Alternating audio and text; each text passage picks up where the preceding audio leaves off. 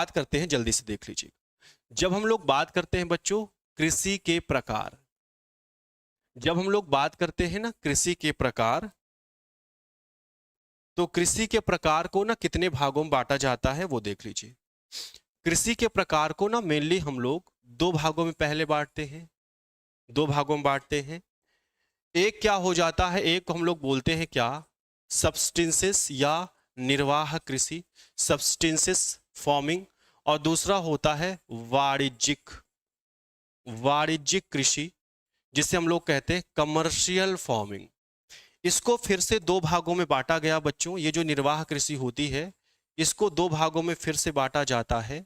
किसमें किसमें, तो एक होता है गहन निर्वाह कृषि, ठीक है ना, गहन निर्वाह कृषि, और दूसरा होता है आदिम कृषि। दूसरा क्या होता है बच्चों, आदिम कृषि।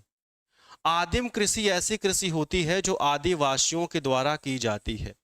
आदिम कृषि ऐसी कृषि होती है जो आदिवासियों द्वारा की जाती है, और इस आदिम कृषि को फिर से दो भागों में बांटा जाएगा।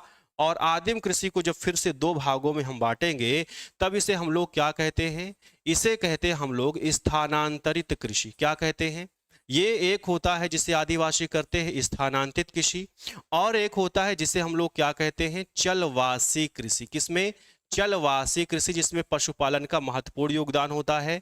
और ये बेसिकली कहां पर होती है बच्चों, यह विकासशील देशों में होती है, जो डेवलपिंग कंट्री है वहां पर निर्वाह कृषि होती है।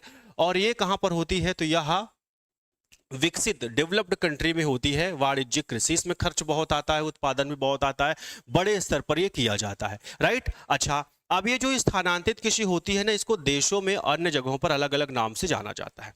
जैसे अगर